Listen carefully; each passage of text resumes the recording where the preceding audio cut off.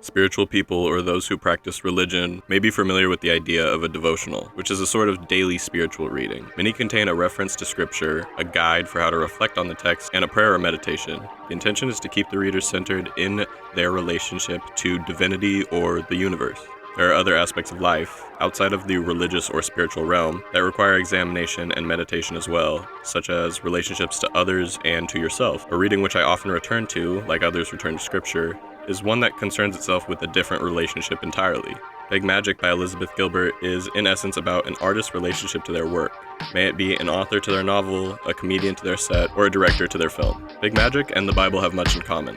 The Bible explores the idea of God and what a theistic life should look like. Big Magic is concerned with examining creativity and what a relationship with creativity is. The book's full title is Big Magic: Creative Living Beyond Fear. Fear is a central theme of the text. Take for example how Gilbert incorporates courage into her definition of creative living. Quote, "So this, I believe, is the central question upon which all creative living hinges. Do you have the courage to bring forth the treasures that are hidden within you?" She expands further down the page, writing, "The universe buries strange jewels deep within us all, and then stands back to see if we can find them. The hunt to uncover those jewels, that's creative living. The courage to go on that hunt in the first place, that's what separates a mundane existence from a more enchanted one. The often surprising results of that hunt, that's what I call big magic."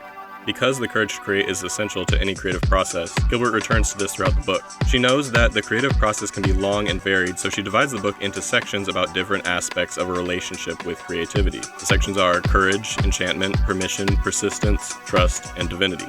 She uses each section to explore lessons she has learned through living a creative existence. Take, for example, this excerpt from the courage section of the book. "For the entirety of my young and skittish life, I had fixated upon my fear as if it were the most interesting thing about me, when actually it was the most mundane.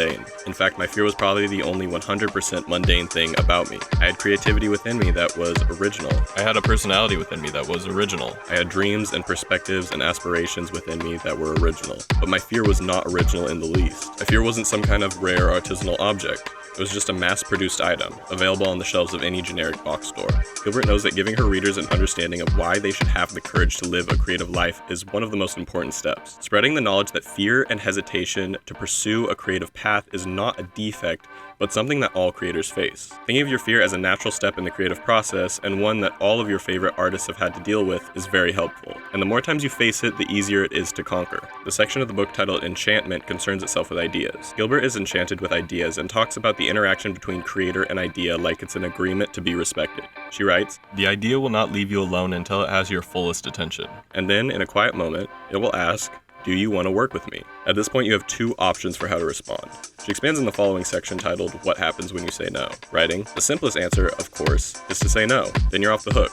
The idea will eventually go away and, congratulations, you don't need to bother creating anything." To be clear, this isn't always a dishonorable choice. True, you might sometimes decline inspiration's invitation out of laziness, angst, insecurity, or petulance. But other times you might need to say no to an idea because it is truly not the right moment, or because you're already engaged in a different project, or because you're certain that this particular idea has accidentally knocked on the wrong door. In the next section, What Happens When You Say Yes, she explains what committing to an idea means to her, writing, "If you do say yes to an idea, now it's showtime. Now your job becomes both simple and difficult. You have officially entered into a contract with inspiration, and you must try to see it through, all the way to its impossible to predict outcome. You may set the terms for this contract however you like."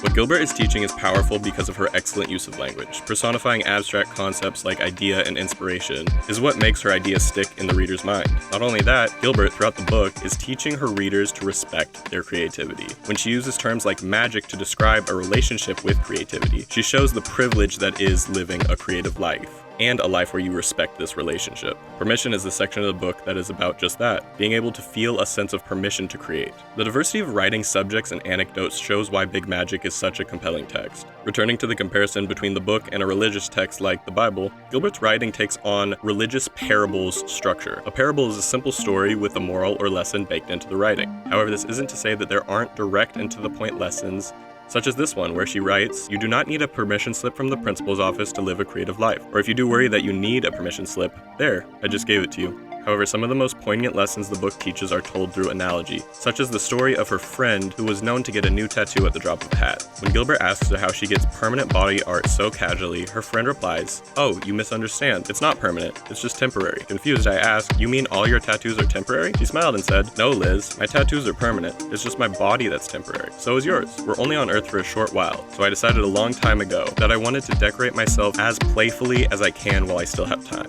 Later, Gilbert continues writing, "I also want to live the most vividly decorated temporary life that I can. I don't just mean physically. I mean emotionally, spiritually, intellectually. Mind you, I'm not going to go out and cover myself with tattoos, simply because that doesn't happen to be my jam. But I am going to spend as much time as I can creating delightful things out of my existence, because that's what brings me awake. And that's what brings me alive." The persistence section of the book is all about the many walls that end up blocking the creative path and how to get past them. This is one of the most helpful sections of the book because persisting through creative challenges and finishing projects is demanding, and I often give up on projects instead of persisting. It can be hard to continue on one's artistic pursuits when it feels like you are far from achieving success. However, Gilbert shows through her writing that success is all about how you frame it. Here's her talking about the pitfalls of demanding money from your creativity. "I've seen artists drive themselves broke and crazy because of the insistence that they are not legitimate creators unless they can exclusively live off their creativity. And when their creativity fails them, meaning doesn't pay the rent, they descend into resentment, anxiety, or even bankruptcy. Worst of all, they often quit creating at all. I've always felt like this is so cruel to your work, to demand a regular paycheck from it.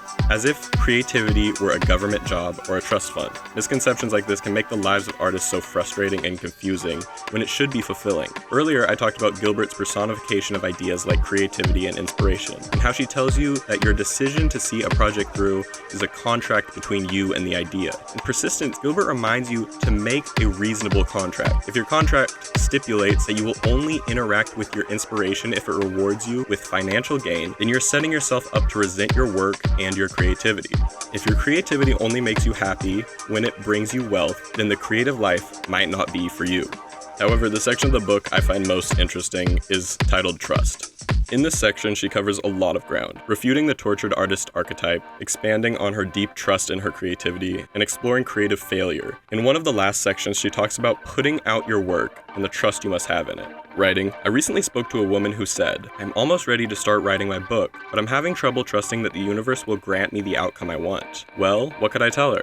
I hate to be a buzzkill, but the universe might not grant her the outcome she wants. Without a doubt, the universe will grant her some kind of outcome. Spiritually minded people would even argue that the universe will probably grant her the outcome she needs, but it might not grant her the outcome she wants. Fierce trust demands you put forth your work anyhow, because fierce trust knows the outcome doesn't matter." Acclaim, financial prosperity, and fame should not be the goal of one seeking a relationship with creativity, but a side effect for a few who deeply respect this relationship. I often return to a quote by Tom Sachs, one I've used in other videos. The quote is, "The reward for good work is more work."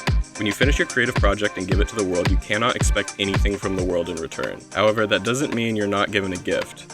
When you finish a project, your reward is the ability to start a new one. And if you have a strong enough relationship with your creativity, this reward should be more than enough.